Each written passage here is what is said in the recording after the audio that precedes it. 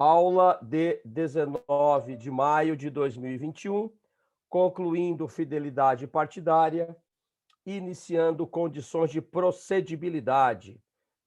Já explico isso também. Portanto, como eu dizia, a questão da fidelidade partidária, ela é muito mais, ela vai muito além e é preciso compreender essas questões que envolvem mais do que apenas uma preciosidade da lei.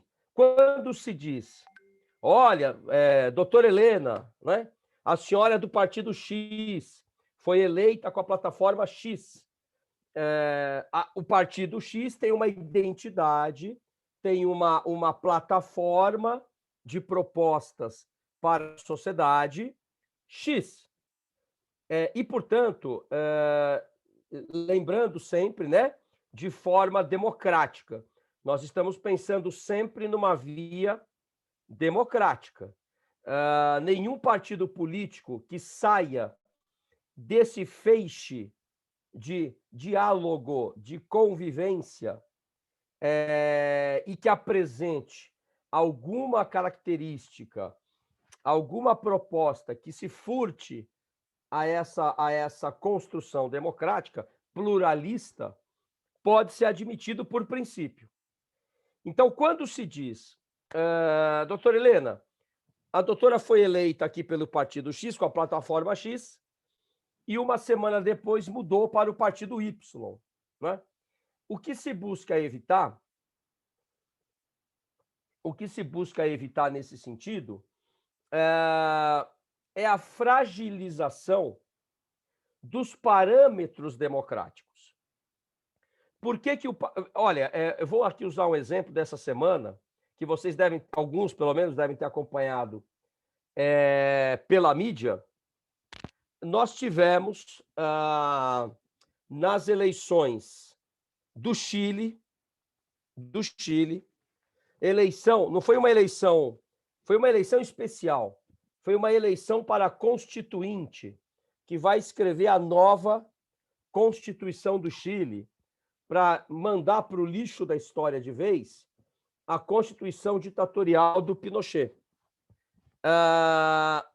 E nessa composição, vejam vocês, primeiro ponto positivo, 50% praticamente das vagas estão com mulheres. Então, dividiu meio a meio.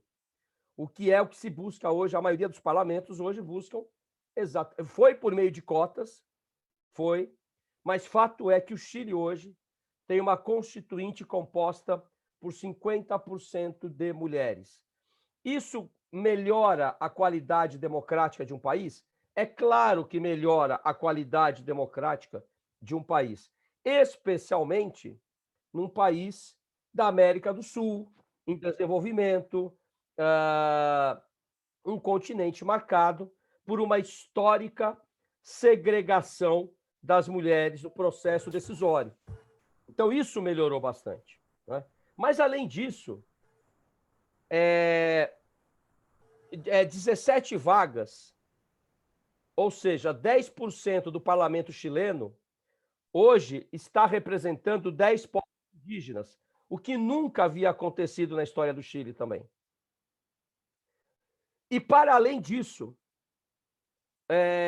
e aí é que se as outras duas situações podem ser consideradas novidades, uma novidade ainda maior é que quase, ou até acho que chega a 50% ou 48% das candidatas e dos candidatos eleitos são avulsos. Eles não foram eleitos por partidos políticos.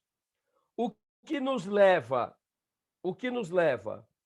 a um possível diagnóstico.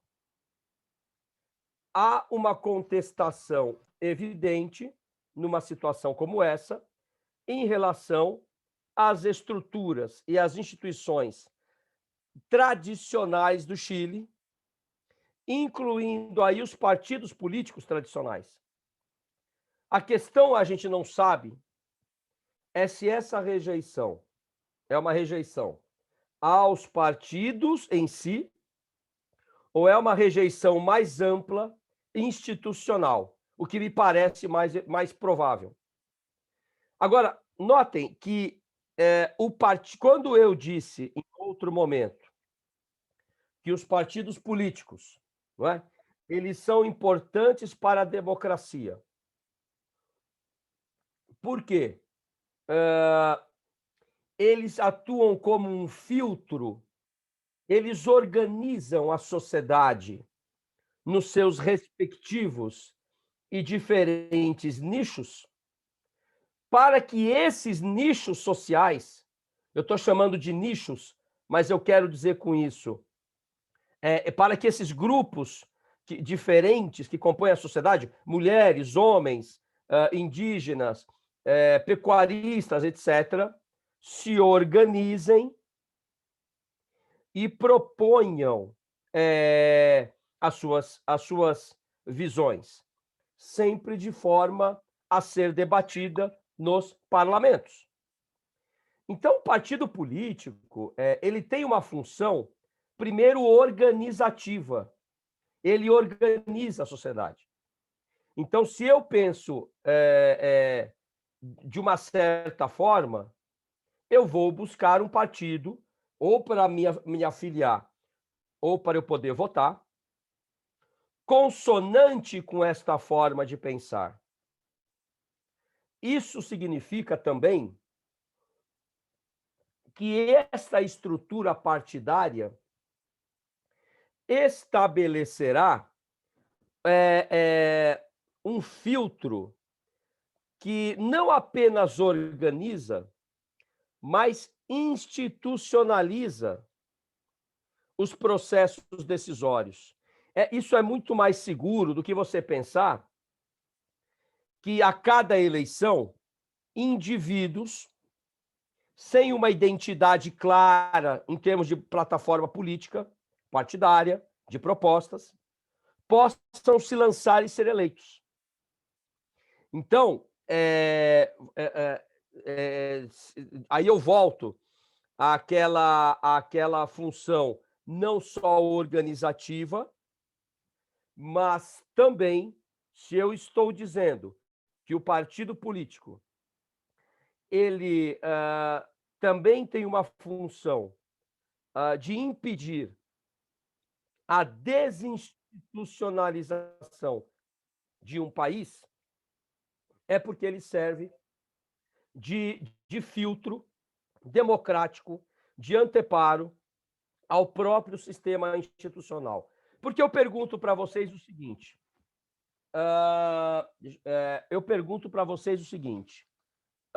qual seria a situação se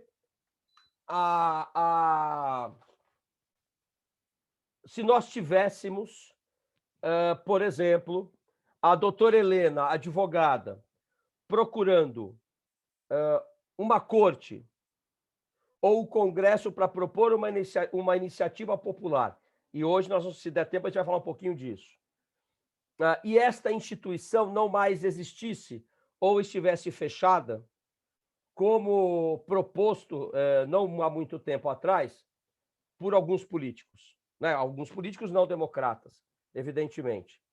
Qual é o problema que você encontra se não existe uma institucionalização no legislativo e junto ao Poder Judiciário adequada para o tamanho de uma certa democracia?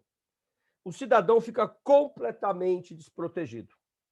Completamente. Porque se você tem uma política baseada na individualização, então, eu vou usar aqui alguns exemplos históricos, né? Em que o Poder Judiciário foi substituído por um tribunal do povo, os tribunais populares, né? Fossem eles nazistas ou stalinistas, qual é a sua garantia, se você não fizer parte de um certo grupo no poder, de que o seu direito será respeitado? De onde vem o ambiente e as bases que garantem um sistema democrático. Isso vem do próprio processo de escolha política do país. Porque se não houver um sistema de organização dos vários setores sociais, que represente esse pluralismo político, que está lá no artigo 1º do inciso 5, nada mais é garantido. Então, o que se discute, por exemplo, no caso do Chile agora, é o que significam esses constituintes eleitos individualmente, não por partidos políticos. Quem sabe me dizer o que é que eles têm para propor? Quem garante que a proposta será democrática? Se você não conhece a organização... Dá para entender o que eu estou dizendo, pessoal? Você não conhece a identidade. Porque se eu sou candidato por um partido conservador, bom, o professor Flávio é conservador, saiu por um partido conservador. Se eu sou candidato por um partido mais liberal, então o Flávio vai propor privatização, vamos vender tudo. Se eu sou um candidato mais esquerda, estatizante, bom, o Flávio quer um Estado mais inchado. Você consegue, de alguma forma, identificar a proposta do candidato, né? Lembrando que as leis que são aprovadas no país o são por pessoas que nós elegemos. Não adianta reclamar depois. Não é? Você vai ver uma sessão folclórica de uma CPI, não adianta, não, mas que dá vergonha e tal. Não, não adianta, nós elegemos. Então, um sistema partidário, ele tem uma função, nesse sentido, muito importante para a democracia. E é aí que a fidelidade partidária entra como um fator de preocupação altamente relevante. Não é? Vocês se lembram que eu disse na semana passada que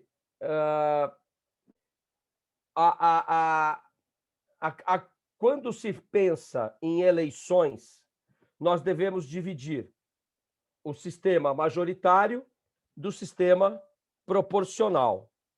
Não é? Acho que eu toquei nesse assunto, não foi, gente? Ou não toquei nesse assunto?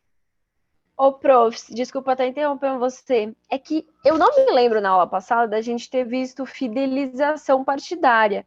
As anotações que eu tenho da aula passada os elementos essenciais do partido político.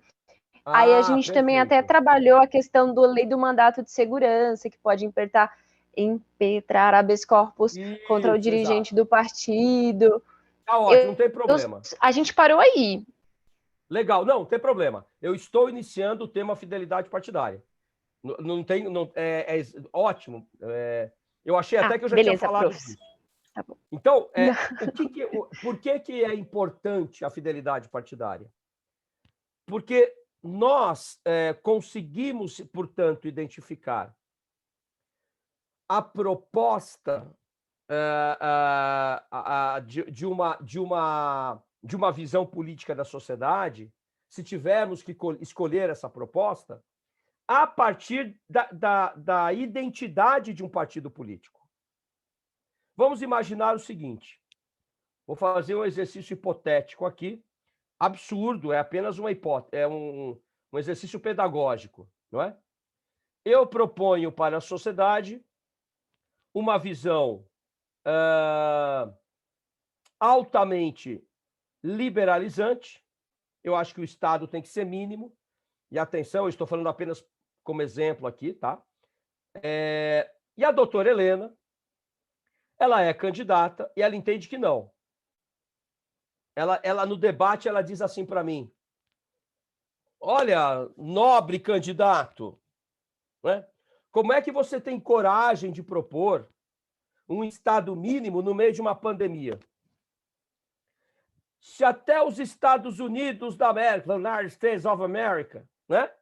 Se até os Estados Unidos da América procederam ao New Deal na queda da Bolsa em 29, se em 2008, com a grande crise econômica de 2008, houve intervenção do governo americano, e agora os Estados Unidos concordaram com a quebra de patentes, mesmo que seja só um discurso, porque isso requer outros passos, né? Note que é do ponto de vista simbólico, significa muita coisa. Foi com a intervenção de Joe Biden que os americanos conseguiram agora largar a máscara. É ou não é? Com a vacinação intensificada no país. Bom, aí a doutora Helena diz assim para mim, você quer acabar com essa necessidade de ter o Estado ao lado do indivíduo na hora mais difícil, etc. Temos esse debate. Ok, a doutora Helena é eleita, não é? E aí, uma semana depois, a doutora Helena muda de partido e adivinha para qual partido ela vai? Ela vem para o meu partido. O Partido Ultra Mega Blaster Liberal.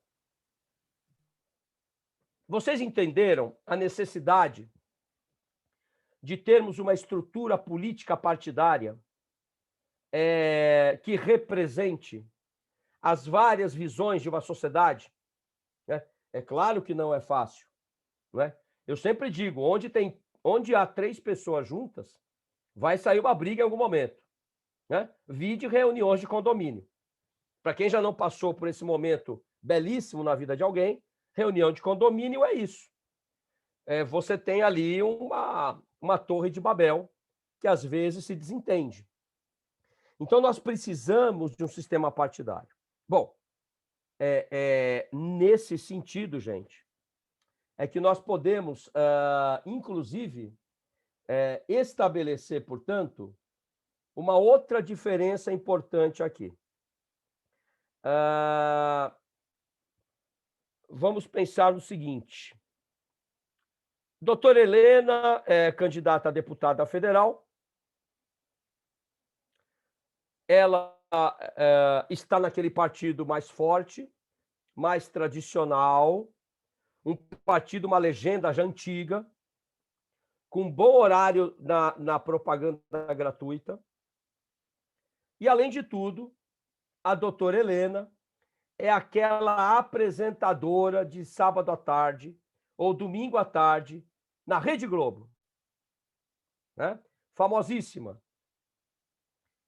Ou é uma cantora, uma artista, campeã de Fórmula 1, não importa.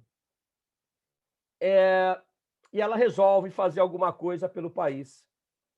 E ela, ao lançar na mídia que ela tem interesse em entrar na política, aquele partido mais forte a convida. Doutora Helena está convidada para sair no nosso partido. Do lado de cá, está o professor Flávio, que ninguém conhece, e que entra numa legenda nova, pequena, que não tem ainda uma grande estrutura. Mas, vejam bem, nas eleições de 4 anos atrás, ou de 2 anos atrás, esse pequeno partido que eu me encontro, ele teve um desempenho razoável e ele ultrapassou os 5% necessário de cargos obtidos via eleições para existir. Vamos concorrer na próxima eleição. No partido da doutora Helena está a doutora Bárbara, também conhecida, ainda não tem aquele programa de sábado à tarde na Rede Globo, mas a doutora Bárbara é muito conhecida, é uma youtuber famosa, né? Lança comportamentos. E primeira possibilidade,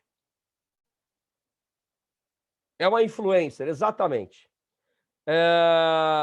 Uma boa influencer, não uma má influencer, né? Diga-se, então vamos concorrer primeiro ao Senado. Primeiro ao Senado. Atenção que eu vou dizer agora.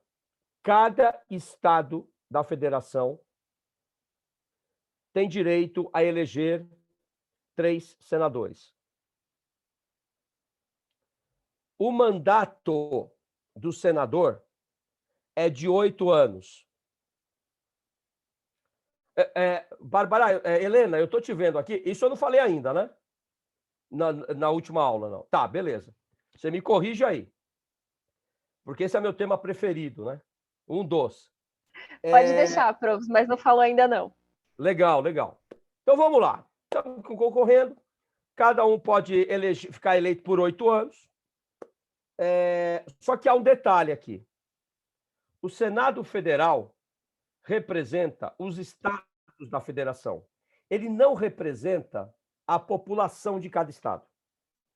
Ele representa o estado federativo.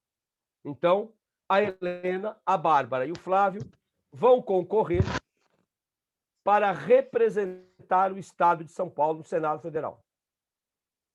Beleza. Nosso mandato é de 8 anos, como eu falei. Mas a renovação do Senado, e eu vou tentar falar isso de forma bem simples, porque às vezes fica meio confusa essa história. A renovação do Senado, ela é feita a cada 4 anos, mas não por inteiro. Nunca se renova o Senado 100% na mesma eleição. Então, vamos lá. Ano que vem é ano de eleição, 2022, nós vamos voltar para senador. Vamos imaginar que Helena e Bárbara foram eleitas. Uma coisa é você ser professor, outra é ter um programa de auditório na Globo ou ser uma super influencer na internet, né? Então elas estão eleitas, beleza. 8 anos. Quando será a próxima eleição para o Senado? Não será dali a 8 anos. Será dali a 4 anos. Só que esta eleição aqui, na qual a Helena e a Bárbara foram eleitas, ela renovou 1/3 do Senado. Os outros 2/3 já vinham de anos antes eleitos. E estão completando 8 anos o ano que vem. Ou seja, a cada 4 anos, vocês têm eleição para o Senado. Numa delas, renova-se 1/3 do Senado. Dali a 4 anos, os outros 2/3 que não entraram nessa eleição daqui, essa primeira que eu citei, onde Helena e Bárbara foram eleitas, nos outros, ou seja, os outros 2/3 do Senado serão renovados dali a 4 anos. Aí entraram 2/3 de senadores. Aí eu entrei, por exemplo. Eu não fui eleito naquela em que a Helena e a Bárbara foram eleitas, mas eu entro nesses 2/3. Dali a 4 anos, tem outra eleição para o Senado. Só que agora é para 1/3 do Senado. É para aquele 1/3 que a Helena e a Bárbara foram eleitas e que agora elas estão completando 8 anos. E eu estou lá 4 só. Aí renovou esse 1/3. Próxima eleição para o Senado, dali a 4 anos, mas para 2/3. Vocês entenderam isso? Ficou clara essa ideia?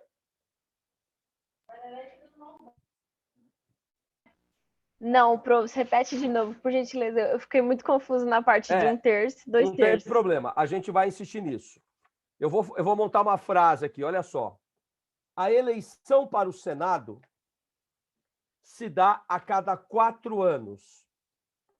Ok? Porém, ela renova alternadamente 1/3 e 2/3 do Senado, a cada 4 anos. Isso significa o quê? A eleição de 2020, vamos imaginar o ano que vem, 2022. Em 2022, nós deveremos votar para 2/3 do Senado. Em 2023, 23, 24. Em 2026, votaremos de novo para o Senado, mas para 1/3. Aquele 1/3 que não entrou nessa de 2022. É aquele 1/3 que tinha entrado em 2018. Porque vocês têm que contar 8 anos o mandato do senador. Então, a Helena, ela é eleita em 2022, ela fica no mandato do Senado até quando, Helena? Faz a conta aí. 8 anos. 2030? 2030. É. Porque são 8 anos. E o que aconteceu em 2026? A Helena continuou no Senado? Continuou, porque a vaga dela não entrou na eleição. A vaga dela permanece por 8 anos. O que entra na disputa eleitoral de 2026 são os outros, é o outro 1/3 que não havia sido disputado aqui em 2022. Vamos lá, dúvidas? A gente vai voltar. Olha só. Vejam a Constituição no artigo 46, parágrafo 2º. 46, parágrafo 2º. A representação de cada Estado e do Distrito Federal será renovada de 4 em 4 anos, alternadamente por 1 e 2/3. Então, vamos malhar em cima disso, que vocês não podem esquecer mais isso.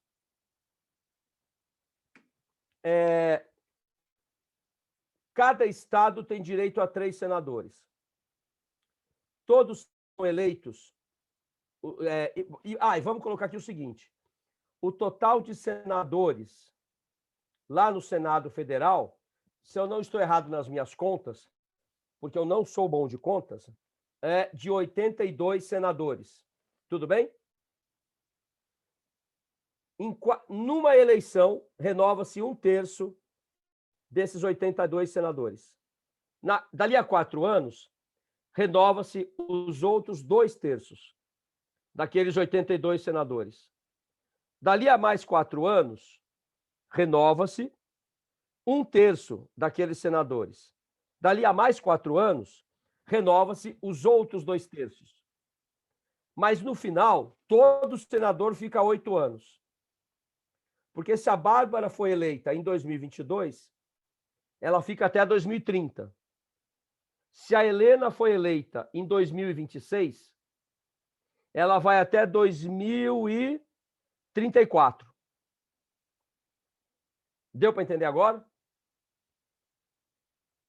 É que na Câmara dos Deputados, para a Câmara dos Deputados, nós votamos para todas as vagas, a cada 4 anos. Para o Senado, não. A gente vota sempre alternado, para 1/3 do Senado, depois para 2/3. E assim, alternativamente. Melhorou? Alguma dúvida? Podem me falar, gente, não me deixem passar isso. Bom, o silêncio vou interpretar como entendemos. Então, artigo 46. O Senado Federal compõe-se de representantes dos estados, do Distrito Federal. Isso para a OAB, gente. Você quer atrapalhar o candidato, mandar pergunta do Distrito Federal para a OAB. Opa, Bárbara. Não, eu não falei por que elas são assim, não é? Eu não cheguei a tocar nesse assunto. Mas elas são feitas alternadamente, porque o mandato do senador, essa foi uma opção política, o mandato do senador é a cada 8 anos. E é interessante para a própria democracia, para o sistema democrático, que essa renovação do Senado não espere 8 anos. Então, você tem 1/3 aqui eleito. Beleza. Elegemos 1/3 do Senado 2022, novas senadoras, doutora Helena, doutora Bárbara. Vão ficar lá 8 anos. Mas o Senado não ficará 8 anos sem renovação. Daqui a 4 anos, os outros 2/3, nos quais não estão as vagas da Helena e da Bárbara, que foram eleitos para 8 anos, os outros 2/3, que já estavam há 8 anos no Senado, é que entrarão no sufrágio, na disputa. Então, eu não fui eleito senador nessa eleição que Bárbara e Helena foram eleitas, mas eu posso, daqui a 4 anos, disputar, se o meu partido me indicar, para os outros 2/3 do Senado que serão renovados. E aí, prof, rapidinho. Ótimo. Eu prefiro quando vocês fazem a pergunta, gente. E só uma coisa que eu também fiquei com dúvida. Essa forma, né, que foi adotada, a primeira coisa, ela foi adotada a partir da Constituição de 88 ou esse formato já existia antes? E também, ele é universal ou é um formato não é só brasileiro? Não é universal, e esse modelo vem desde 88. Porque nós ficamos... Helena, não, esse modelo é a redação originária do artigo 46, tá? Primeiro, não é universal. Eu vou dar um exemplo aqui, que é o que eu sou mais próximo, que é o da Alemanha, né? Na Alemanha, os alemães não votam para a Câmara, que seria equivalente ao Senado. Como é que funciona na Alemanha? A Helena e a Bárbara moram lá em Berlim.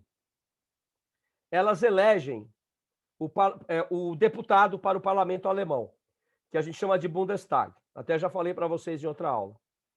Elegeram, beleza. Elas vão votar para presidente? Não. Elas vão votar para chanceler? Também não. O chanceler lá é o chefe de governo, equivale ao nosso presidente. Então, a Helena e a Bárbara votaram lá e elegeram os seus candidatos. Eles, pelo sistema alemão, formam uma coalizão de partidos mínima e escolhem, dentre eles, a chanceler ou o chanceler. Então, hoje é a Angela Merkel, não é? Que governa a Alemanha. Ela está governando a Alemanha há 14 anos. Por quê? Porque ela foi indicada pelo parlamento alemão. Então, vota-se lá só para deputado. O deputado compõe o parlamento alemão, que escolhe o governador. E o tal Senado? Bom, existe uma outra Câmara chamada Bundesrat. Eu vou colocar aqui para vocês no chat. Esse Bundesrat equivale ao Senado, mas não é o povo alemão que vota.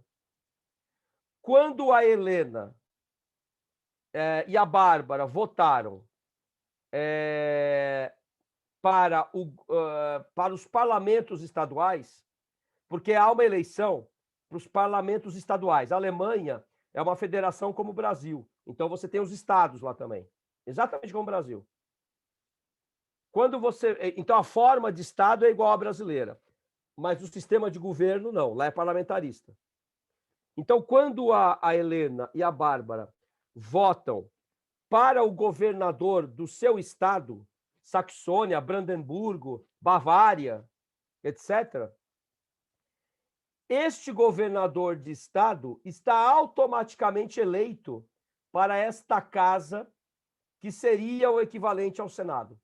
Lá não se vota para senador. Não existe isso. Então, é um sistema bem diferente. Nos Estados Unidos se vota, né?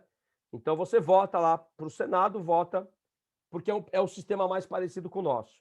Aliás, nós copiamos eles, né? O Brasil vai trazer dos Estados Unidos isso. Então, não é universal, cada país tem o seu sistema e é um modelo fruto da escolha política do Constituinte em 88, viu, Bárbara? Mas essa pergunta é importante para a gente entender esse sistema, né? E é o próprio artigo 46 que vai dizer: cada estado e o Distrito Federal elegem 3 senadores com mandato de 8 anos. Pelo amor de Deus, semestre que vem é OAB, não me coloquem se aparecer isso. A ideia do Senado não é igual à Câmara dos Deputados, tá bom? Tem essas diferenças. E eu acho uma questão bem provável de aparecer. O ano que vem tem eleição, não é? Enfim, não acho algo muito absurdo para aparecer, não. E aí o parágrafo 2º é que estabelece essa questão da eleição de 1/3 alternada com eleição de 2/3 a cada 4 anos para o Senado. Então, primeiro elege-se 1/3, só 1/3. Sobraram 2/3 sem renovar. Dali a 4 anos, renova-se aqueles 2/3, sobrando aquele 1/3 sem renovar. Dali a 4 anos, vota-se para aquele 1/3, e assim por diante, alternadamente. Não é? E um outro detalhe importante aqui é aquela perguntinha que eu acho, assim, para não trair vocês, né, na prova de ordem. O Distrito Federal tem senador ou não tem senador? O Distrito Federal, ele tem direito ao Senado e a vagas no Senado. Então, elege-se o senador distrital, tá bom? E fechando isso, cada senador ele é eleito com 2 suplentes. 2 suplentes que vão assumir o mandato em caso de renúncia ao cargo de senador, porque o indivíduo vai concorrer a governador. Foi o caso do Bruno Covas, né? Não, ele era deputado. Mas há casos de o senador Major Olímpio, que recentemente faleceu. Então, entra o suplente no lugar dele, entenderam? E cada um tem é eleito com 2 suplentes. Bárbara, salvo engano meu, a última eleição foi para 2/3. Mas precisa checar, eu não me lembro com precisão isso agora. Professor, cada suplente é eleito com 2 suplentes ou isso é só o titular? Não. Cada titular é eleito com 2 suplentes. 2 suplentes, tá bom. Isso. Então tem o primeiro suplente e o segundo suplente. Por quê? Se vocês pararem para pensar, né? Qual é a lógica do Senado? Por que ele existe? Porque o Estado da Federação ele é pessoa jurídica de direito público interno. Se ele é pessoa jurídica de direito público interno, e isso está lá no novo Código Civil, o novo, né, o atual, de 2002, é evidente que ele tem personalidade jurídica, cada Estado membro da federação. E se tem personalidade jurídica, alguém tem que representar esse Estado junto à União. E por que isso? Quando nós pensamos no modelo federativo norte-americano, lembrem que eram, lá ao contrário do Brasil, a Federação Americana, ela nasce de 13 países independentes, na verdade. Porque as 13 colônias americanas, numa primeira fase da sua história, eram países independentes, soberanos. Eles não queriam se unir necessariamente. Tanto é que eles tentaram a confederação antes. Confederação, uma forma de Estado, da qual o confederado pode sair a hora que quiser. Então não dá certo, é muito instável. Aí eles falaram, mas espera lá. Então vamos criar uma federação, porque na federação não existe a possibilidade de secessão. O Estado-membro não pode se separar. É crime contra o país, contra a União. E aí, eles falaram, o debate era o seguinte, bom, então a Helena era uma federalista americana, imagine. Nós tínhamos o John Jay, James Madison, Alexander Hamilton, os 3 grandes federalistas que defenderam a federação. São 80 artigos que devem ser lidos para quem estuda essa matéria. E está lá Helena Lane. James Madison, Helena Lane. E aí, a Helena diz assim, olha, tudo bem, eu represento o estado da Califórnia. Legal.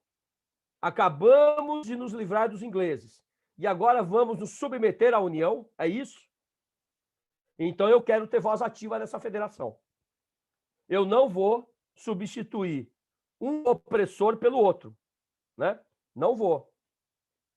E aí, quando essa questão é colocada, uma das formas para que o Estado federado norte-americano tivesse algum poder de decisão e não ficasse submetido à União apenas, foi exatamente o Senado Federal. Então, o Senado Federal é um foro que, originariamente, na sua origem, representa a palavra do Estado-membro, enquanto pessoa jurídica de direito público interno.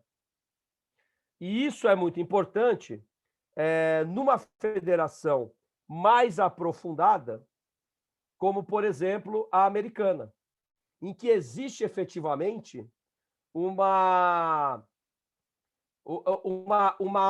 grande autonomia. Lembrem que nos Estados Unidos, cada estado tem o seu Código Penal. Lembrem que nos Estados Unidos, inclusive, alguns estados, hoje a maioria, já abandonou a pena de morte, mas alguns estados a mantêm. Então, isso é impensável na Federação Brasileira. Por quê? Porque na Federação Brasileira, nós não tivemos 13 países independentes, que eram colônias, tornaram-se países independentes e depois estados. Aliás, tanto eram países nos Estados Unidos que antes de lá existir uma Constituição americana, em 1787, lá vocês tinham uma confederação unida por um documento chamado Artigos da Confederação, que era um tratado internacional, a natureza jurídica dele. E, claro, se cada um pode sair a hora que quiser da confederação, é óbvio, é muito difícil dar certo um sistema instável desse, né? Então, aí criaram a federação. No Brasil, nós éramos um Estado unitário, imperial. Assim que se deu a independência brasileira, nós já nascemos como império, Estado unitário. Então, não havia 13 estados independentes, nada disso. Nós saímos a nossa federação é a federação de dentro para fora. É a centrípeta, de dentro para fora. A Federação Americana é de fora para dentro. Eles abriram mão, cada estado, da parcela de soberania que eles tinham e criaram a União. Nós não existia estado antes. Então, ainda assim, o Senado Federal é hoje o representante dos Estados-membros. Como cada estado tem direito a 3 senadores, né? Nós temos o Senado Federal em torno de 82 senadores. Bom, o mais importante, por isso eu entrei nessa questão, é também a forma de eleição para o Senado. O sistema é o majoritário. Majoritário. Isso significa que está eleito quem receber maior quantidade de votos. Ponto. Tem mais voto? Pode ser por um voto. Está eleito. Está eleita.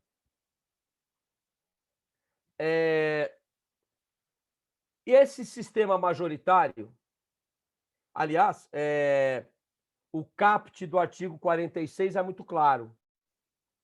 O Senado Federal compõe-se de representantes dos estados e do Distrito Federal, eleitos segundo o princípio majoritário. E esse sistema majoritário, ele é quantitativo, como eu falei. Teve mais votos, está eleito. Ele vale. Quais são as eleições majoritárias no Brasil? Prefeito, governador, presidente da República, Senado Federal. O que significa dizer que para Câmara de Vereadores, Assembleias Legislativas dos Estados, Câmara dos Deputados, a eleição não é majoritária, é proporcional. Muda o sistema. Porque, vamos lá, artigo 45. Artigo 45. A Câmara dos Deputados compõe-se de representantes do povo. O que é que mudou aqui em relação ao 46? Lá são representantes dos estados. Aqui são representantes do povo. E ainda por cima, eleitos pelo sistema proporcional. Portanto, muda o sistema de apuração de votos. Muda. Mas antes de eu falar desse detalhe, representantes do povo, eleitos pelo sistema proporcional, em cada estado, em cada território e no Distrito Federal. Ponto. Eu chamo a atenção aqui para esse detalhe. Nós não temos na prática hoje, territórios. O que eram esses territórios? Algumas regiões do país, normalmente regiões estratégicas, de fronteira, eram... já vou falar, viu, Madalena? É o ponto que eu vou entrar agora. Mas, como eu dizia, algumas regiões de fronteira eram consideradas territórios da União. Não pertenciam a qualquer estado. Eram da União e deixaram de existir. Deixaram. Eles foram incorporados aos estados. Vou dar um exemplo. Fernando de Noronha, onde, nas férias, vocês vão passar as férias lá, naquele paraíso, nadando no mar, nas cachoeiras, comendo peixe que vocês pescam lá, não é? É lá Fernando de Noronha, um paraíso, que era território. Hoje, Fernando de Noronha foi incorporado ao estado de Pernambuco. Mas qual é o problema, gente? Como está ainda na Constituição, nada impede que amanhã se proponha um plebiscito para converter uma região de novo em território. Então, eu também não vejo como impossível que apareça lá uma questão na OAB falando em território. Então, você não pode ler essa... território não existe mais. Não. Na Constituição está lá. Então, vocês têm que considerar o que está escrito na Constituição, né? Aliás, leiam o artigo 18 da Constituição. O 18. A organização político-administrativa da República Federativa do Brasil compreende a União, os estados, o Distrito Federal e os municípios, todos autônomos nos termos desta Constituição. Aí você pula para o parágrafo 2º. Os territórios federais, eles são da União, são federais, integram a União. E sua criação, transformação em Estado ou reintegração ao Estado de origem serão reguladas em lei complementar. E agora o mais importante, que não pode esquecer, porque já caiu na OAB. Parágrafo 3º. Os estados incorporam-se entre si, subdividem-se, desmembram-se, anexam-se uns aos outros, formam novos estados ou formam novos territórios federais. E aí, como é que se dá isso? Primeiro, plebiscito, mediante aprovação da população diretamente interessada, através de plebiscito. É o que nós chamamos de democracia plebiscitária. E do Congresso Nacional por lei complementar. Então, vamos imaginar que a Helena passou na OAB, foi tirar umas férias para descansar lá em Fernando de Noronha, né? Aí ela diz assim, não volto, vou ficar morando aqui.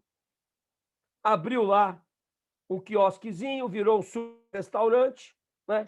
A Helena é quase prefeita lá de Fernando de Noronha. Não quer mais voltar. Já tá, depois de 30 anos, ela está lá vivendo, os seus filhos, o seu ganha-pão, está feliz da vida lá. Aí uma proposta é apresentada para que Fernando de Noronha volte a ser território e incorporado à União. Primeiro passo, gente, vão ter que organizar, o governo tem que organizar um plebiscito em Fernando de Noronha para ver se os moradores, inclusive a doutora Helena, estão de acordo com essa medida. Aí, se aprovar essa mudança, o que eu acho muito difícil acontecer, aí vem a lei complementar, para detalhar. Portanto, é o que nós chamamos de democracia plebiscitária. O povo exerce diretamente a sua vontade, manifesta. Lembram daquela história? No começo das aulas, o Brasil é uma democracia indireta, com eleições diretas e alguns instrumentos de democracia semidireta. Plebiscito, referendo e iniciativa popular. Pois bem, agora a gente volta ao 45. A Câmara dos Deputados compõe-se de representantes do povo, eleitos pelo sistema proporcional,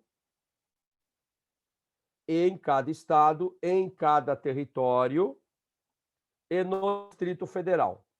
E aí eu vou entrar na pergunta importantíssima da Madalena, né? Que é onde eu queria chegar. Nós temos no Congresso Federal, na Câmara dos Deputados, 513 deputados. Por que o Senado tem 82 e a Câmara tem 513? Por uma razão muito simples. Se a Câmara representa a população, não estaria certo, não seria correto que estados com populações bem menores do que outros tivessem o mesmo número de deputados. Diante disso, a lei complementar 78, a 78 de 93, complementar 78 de 1993. Ela estabeleceu o número de deputados por estado. Qual é o mínimo, Flávio? O mínimo é de 8 deputados. É o mínimo. O máximo que se pode pensar é de 70 deputados. Então, São Paulo, por exemplo, tem 70 deputados.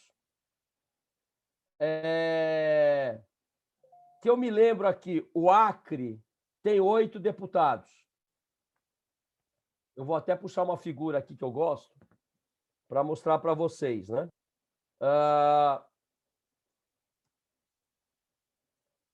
Então, não é possível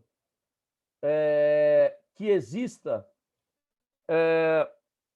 o mesmo número, se eles representando a população, tem populações diferentes, né?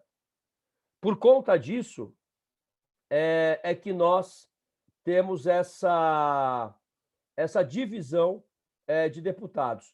É o inverso do... Isso não funciona no Senado, porque no Senado Federal a representação não é de população. A representação é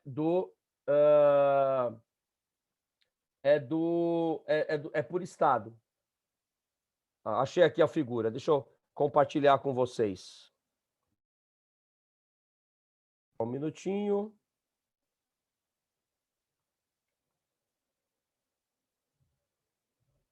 Alô, alô.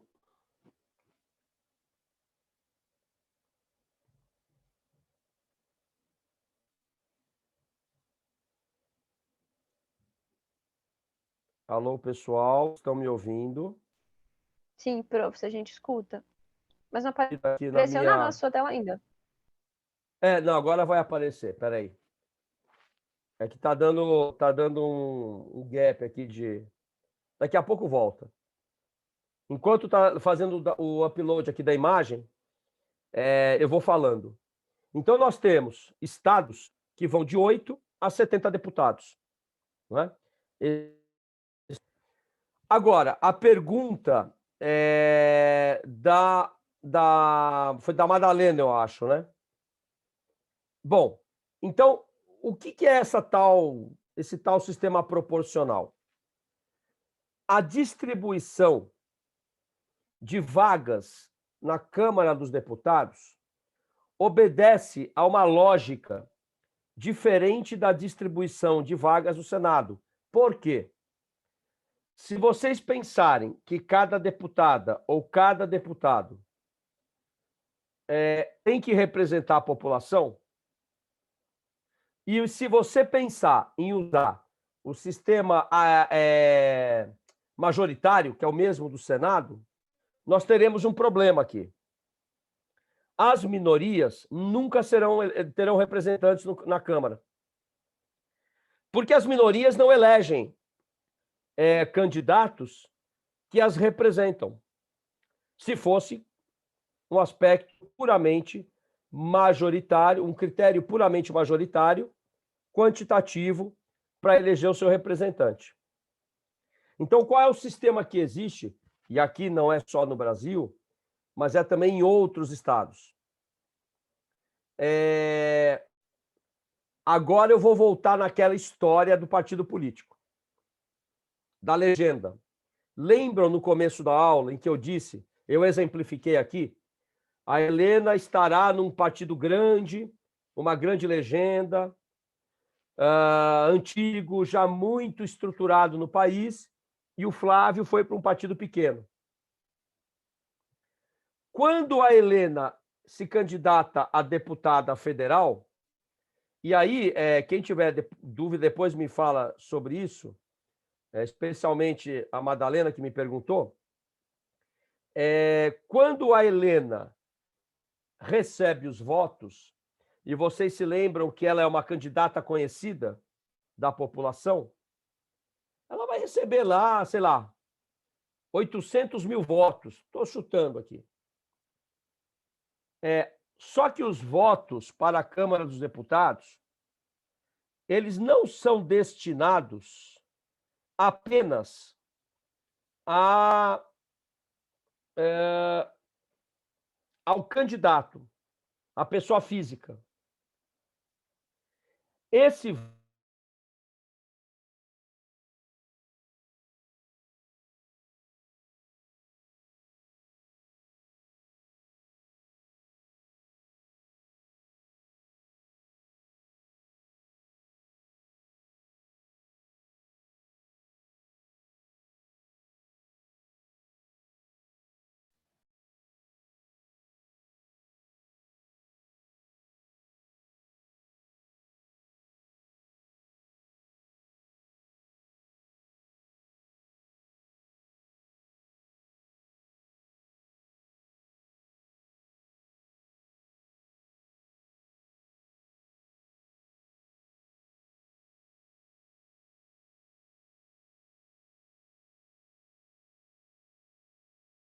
Voltei. Vocês continuam aí?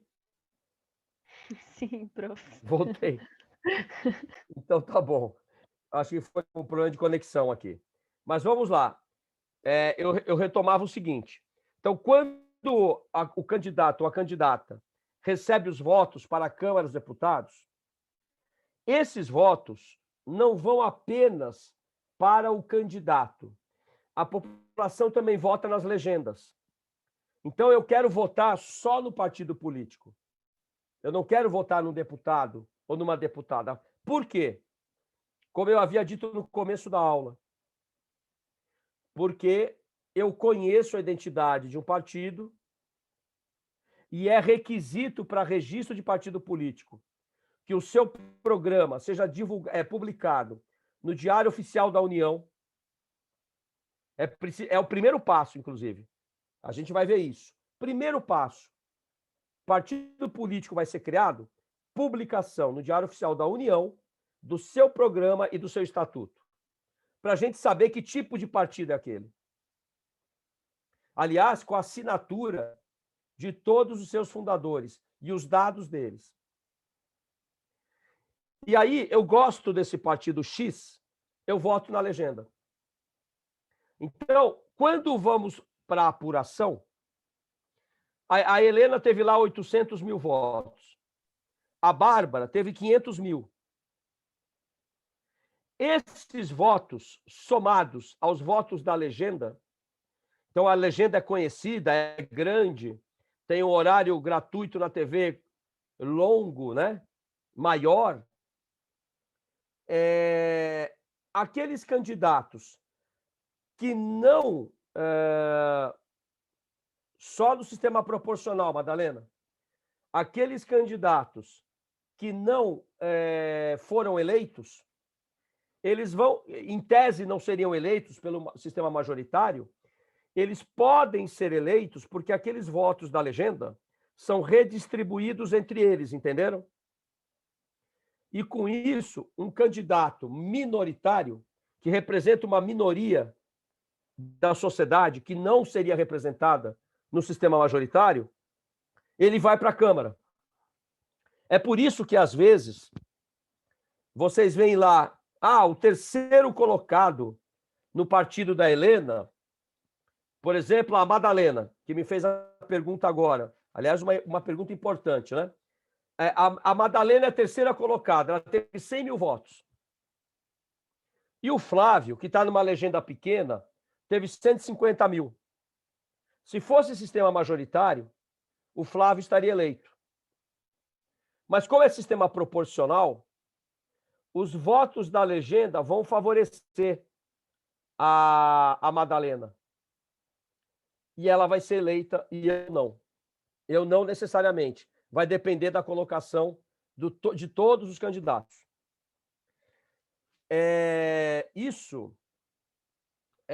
Nós temos esse sistema exatamente por conta da necessidade de representação da população, né? Da população. Aí vem a Madalena mandou aqui. Prof, no parágrafo 2º, fala de 4 por território. Assim, não, é porque, vamos lá, os territórios hoje não existem, eu estou falando dos estados, né? Agora, se os territórios vierem a ser recriados, aí você vai ter 4 candidatos, né? O que eu acho muito... Você tinha lá o Amapá, né? Fernando de Noronha, e aí depois todos foram incorporados aos estados, né? Mas é por isso que a Madalena lembrou, né? Cada território elege 4 deputados. Mas território hoje não existe. Eu acho difícil aparecer uma pergunta de território na OAB, né? Mas pode aparecer, pode. Eu acho mais fácil aparecer do Distrito Federal. O Distrito Federal, efetivamente, ele é um protagonista no sistema político brasileiro, né? Onde fica a capital. Agora, então, vejam só, e aqui a gente cai na questão da fidelidade partidária. Porque o que é a fidelidade partidária, então? É a manutenção da posição de um deputado eleito ou de uma senadora eleita no seu partido. Então, nós temos, inclusive, lá no artigo 17, parágrafo 2º da Constituição, deem uma olhada lá, artigo 17, parágrafo 2º, a questão dos partidos políticos. Vejam, é livre a criação, a fusão, a incorporação e a extinção de partidos políticos, resguardados a soberania nacional, o regime democrático, o pluripartidarismo, os direitos fundamentais da pessoa humana. E aí nós temos alguns princípios e preceitos. Portanto, o estatuto do partido político, como eu acabei de dizer, ele tem que ser muito claro em relação à identidade do partido, pelas razões que já citei aqui hoje. Quer dizer, você não sofreu um estelionato eleitoral, né? Você vota num partido, num candidato, porque ele tem uma promessa, uma visão, e aí, uma vez eleito, ele muda para um partido oposto ao que você imagina. E essa questão começou a acontecer muito, porque nós temos um sistema partidário que é muito... ele é muito multifacetado. São muitos partidos pequenos, partidos políticos de aluguel, legendas de aluguel, como se chama.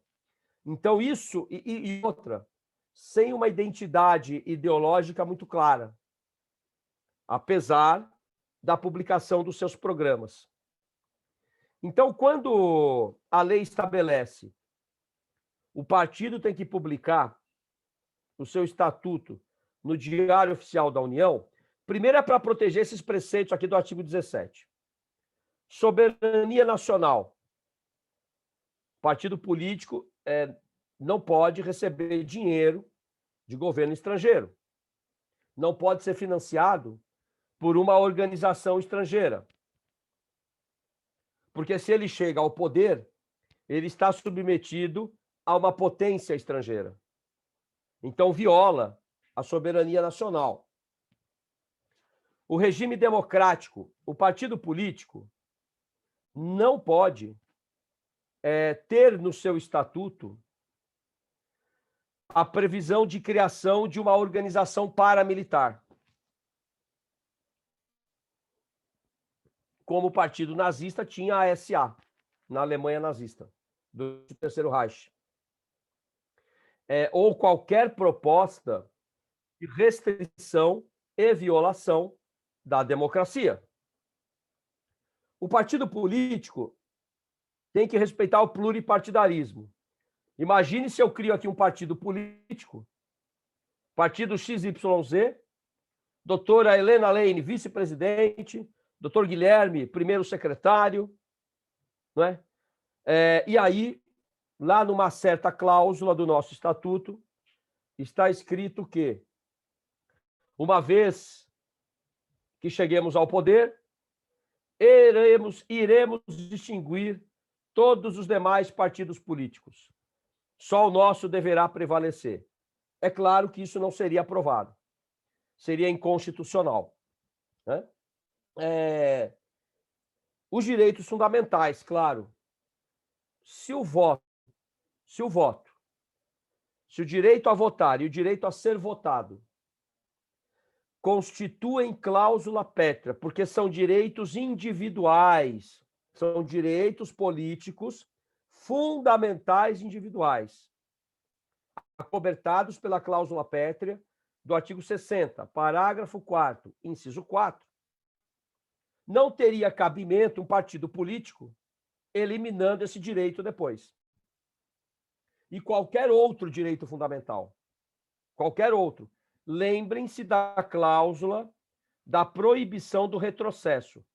Vocês estudaram isso, acho que comigo, lá atrás, terceiro semestre, que eu tenho certeza que nunca mais ninguém leu a respeito. Mas a cláusula da vedação do retrocesso estabelece que qualquer conquista em termos de direitos humanos fundamentais, na lei, nas constituições,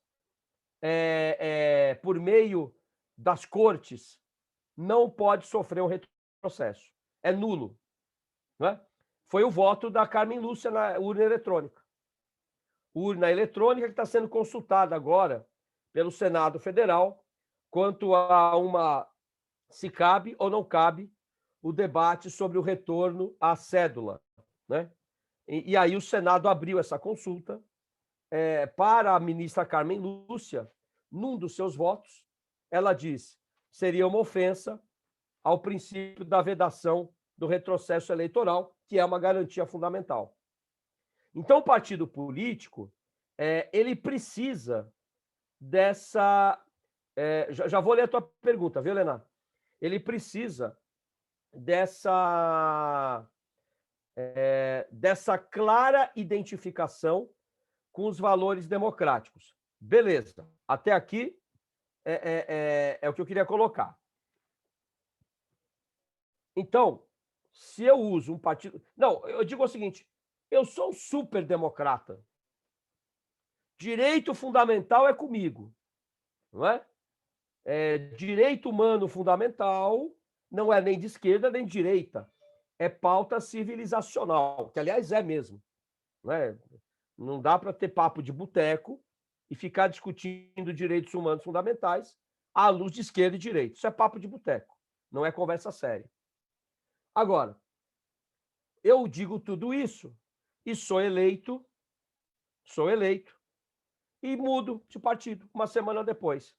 E aqui entra essa questão da fidelidade partidária. Como é que ela vai ser tratada? Né? Opa, deixa eu ver aqui a questão da Helena agora. Princípio da... Não é questão não, profs. Eu coloquei... Porque você deu essa aula no dia 24 de fevereiro. Aí eu tinha o conceito que você tinha falado em aula.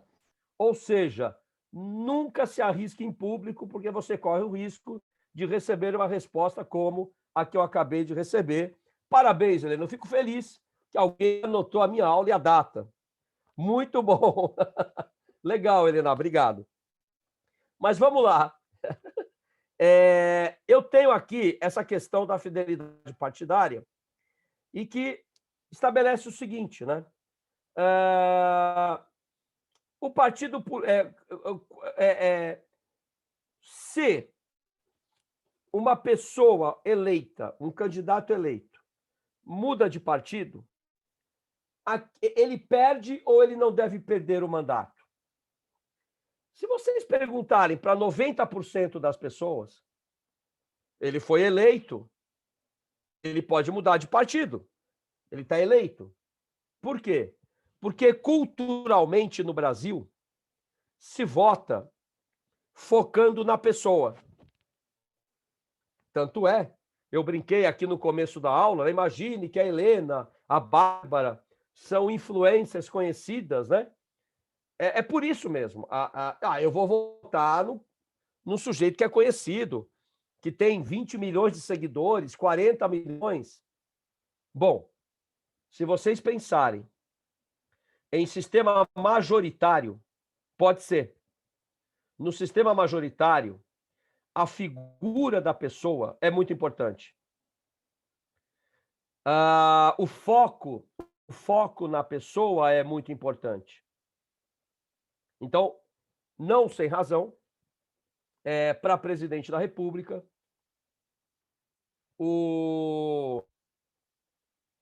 a idade mínima é de 35 anos. Por quê? Porque supõe-se que para exercer o cargo de chefe do executivo, o sujeito tem que ter um mínimo de maturidade, né? Existe país por aí que, se vocês forem analisar o chefe do executivo, não parece que o sujeito tem maturidade, né? Sei lá, estou pensando na Hungria, na Turquia, na Polônia. Polônia nem tanto, é um regime muito conservador, mas agora a Turquia e a Hungria vai tentar conversar lá com Erdogan ou com o Viktor Orbán, né? São figuras folclóricas. Então, para a presidência da República, para o Senado Federal, exige-se uma idade mínima de 35 anos. A figura da pessoa é importante. Agora, quando vocês pensam em eleições proporcionais, neste caso, eleição proporcional, já foi decidido que o mandato é do partido político. O sistema é proporcional. A legenda conta muito na eleição, nesse tal sistema proporcional. Por quê? É importante nesse sistema que o mandatário popular observe a orientação, observe o perfil programático do partido político pelo qual ele foi eleito.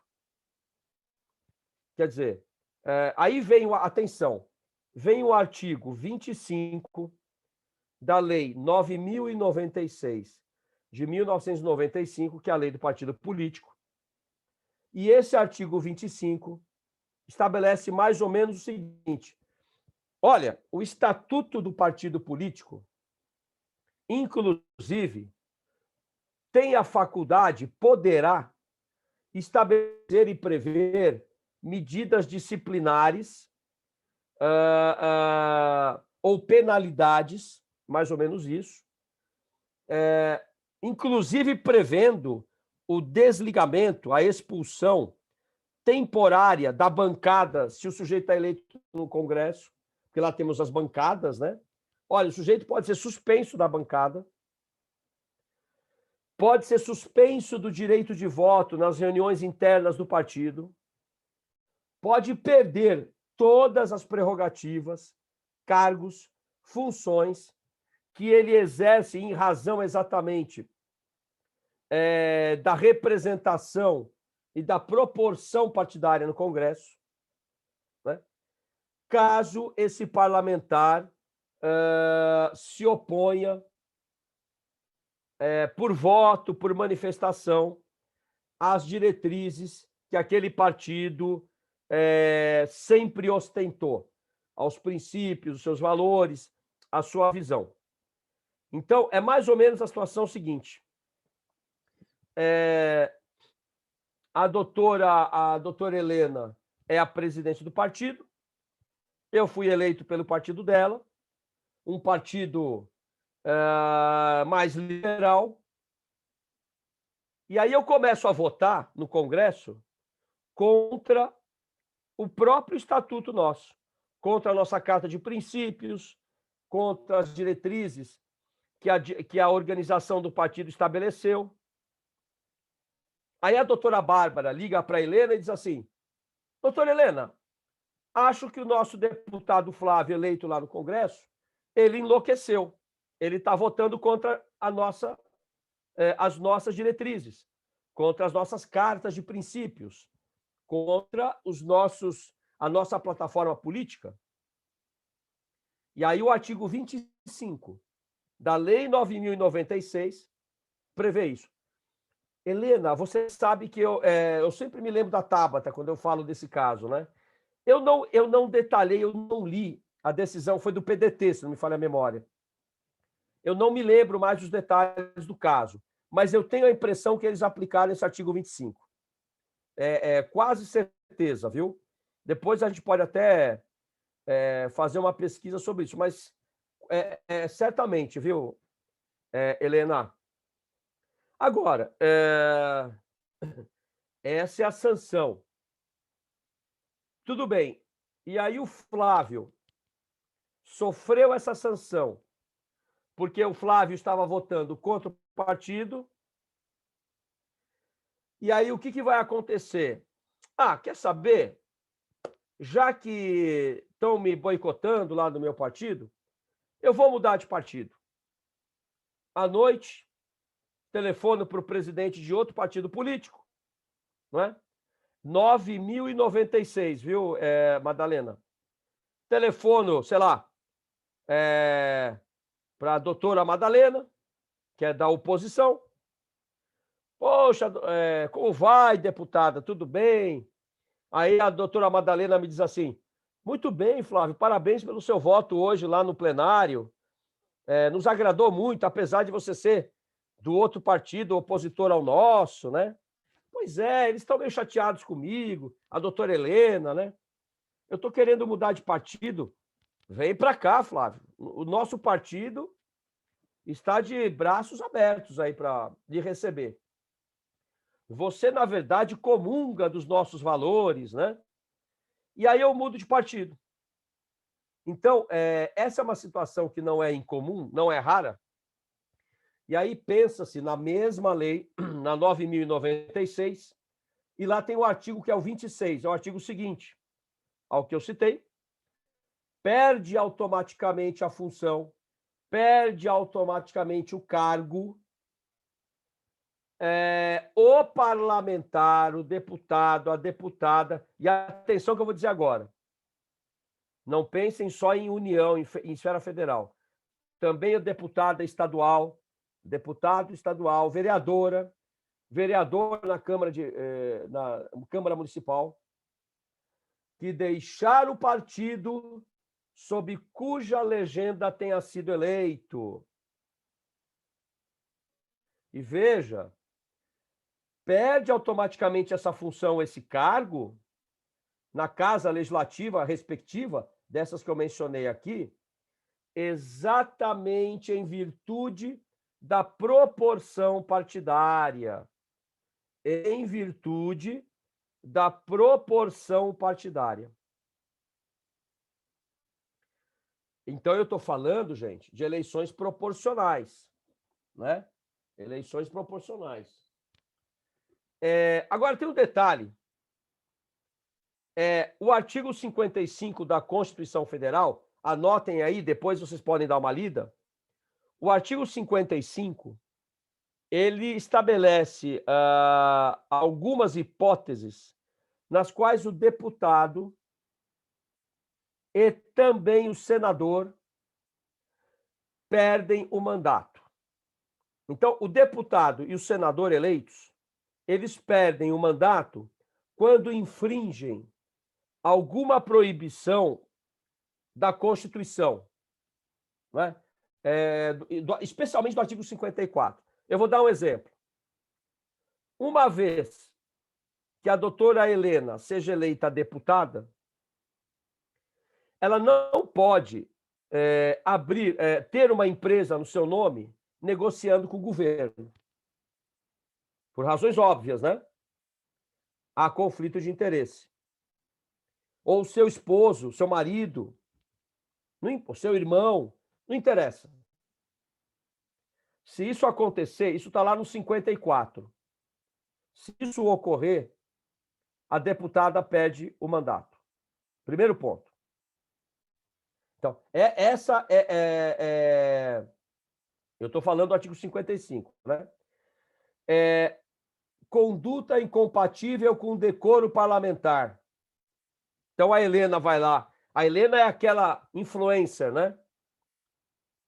Ela abre, vai falar no seu programa lá, na internet, né? A sua live, ou a sua transmissão. O negócio é o seguinte: temos que fechar o Supremo e cada ministro tem que apanhar de gato morto até o gato miar. Ela é populista, ela quer atingir o sistema institucionalizado, né? Gente, isso ofende o decoro parlamentar? É claro que sim. Você tem liberdade de expressão. Isso aqui é lição básica. Básica. Você tem liberdade de expressão até o momento que você não começa a usar o seu poder obtido por meio do regime democrático para destruir a democracia. Né? Sem dúvida, Bárbara, olha, tudo que eu estou dizendo aqui é apenas um exemplo hipotético. A deputada Helena jamais faria isso, eu tenho certeza. Né? Ou então, quando um deputado... Aconteceu ontem lá na Câmara, um deputado agrediu o outro numa sessão lá da CCJ. Né? Outro deputado que falta muito, a mais de um terço das sessões, deputado que tenha perdido seus direitos políticos, deputado que seja condenado criminalmente por sentença transitada em julgado. Bom, não está escrito no artigo 55 que o deputado, e muito menos o senador, perdem o mandato por infidelidade partidária. Tá? Não está escrito. Aí vem o Supremo Tribunal Federal, em 2007, mais ou menos, né? Ou até 2007, melhor, até 2007, o Supremo Tribunal Federal entendia o seguinte: bom, a Constituição Federal de 88, ela não adota o princípio da fidelidade partidária. Não adota. Como eu acabei de falar, ela não diz nada no 55.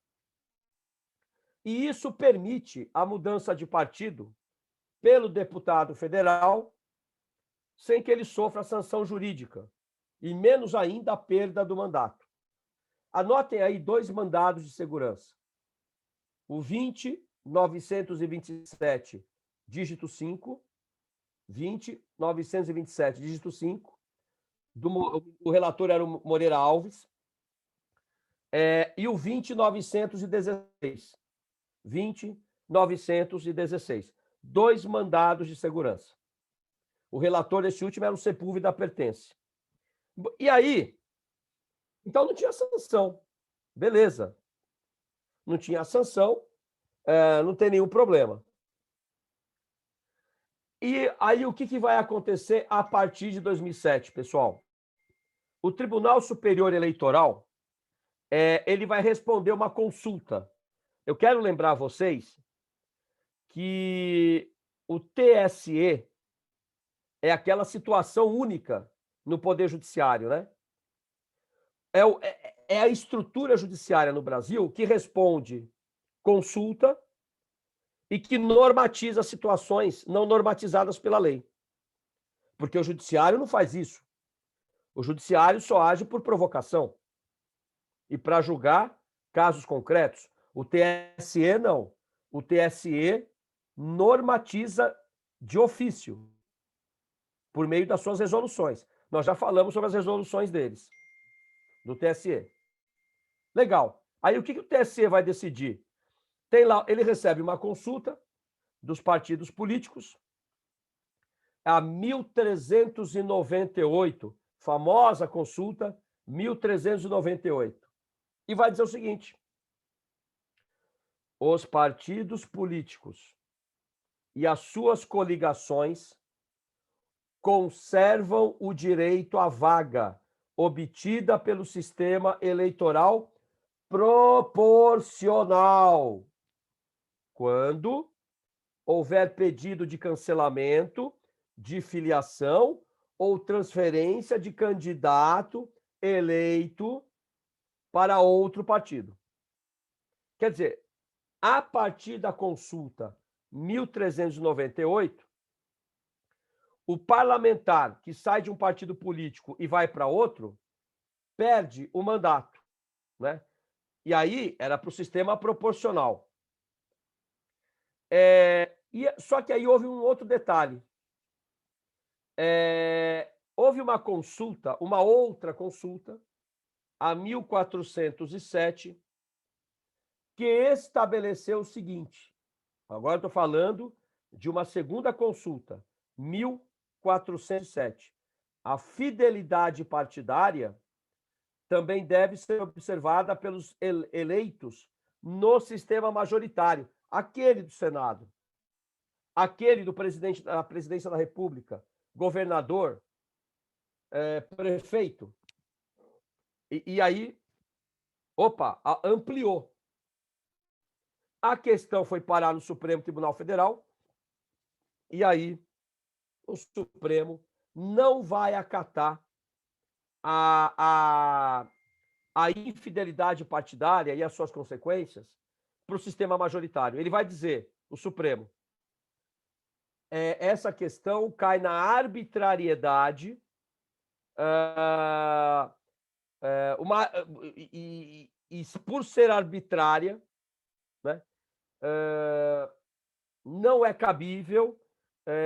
Uma arbitrária desfiliação partidária implica a renúncia do mandato, né?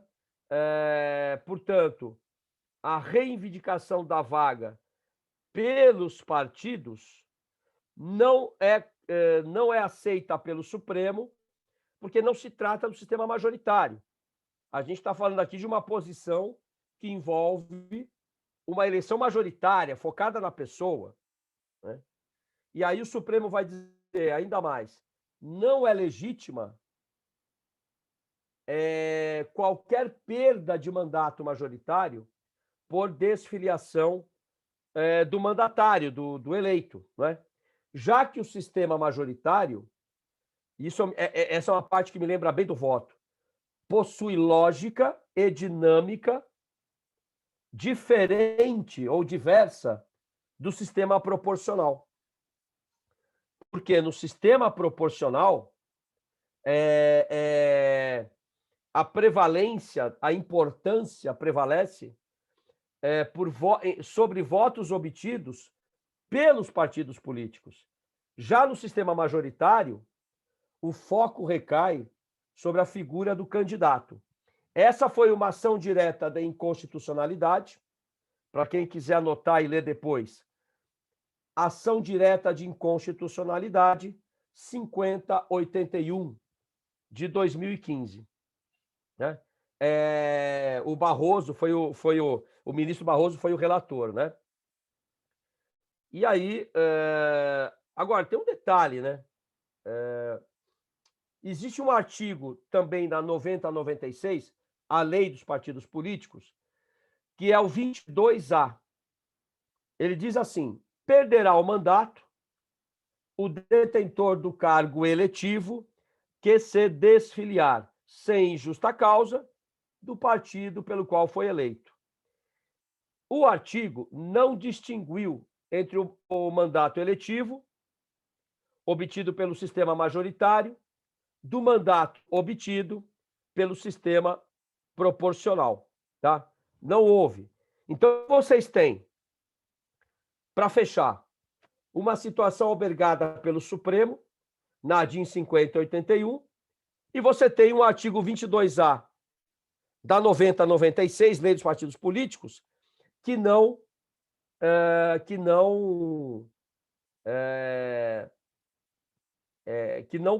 é conciliável, né, com a posição do Supremo. Agora, de qualquer maneira, imagine um presidente da República, um governador, um prefeito eleitos, uma prefeita, uma governadora, e muda de partido, perde o mandato? Não perde, né? E é sistema majoritário. Então, a posição do Supremo é a posição prevalente. Tudo bem, gente? Eu vou parar de gravar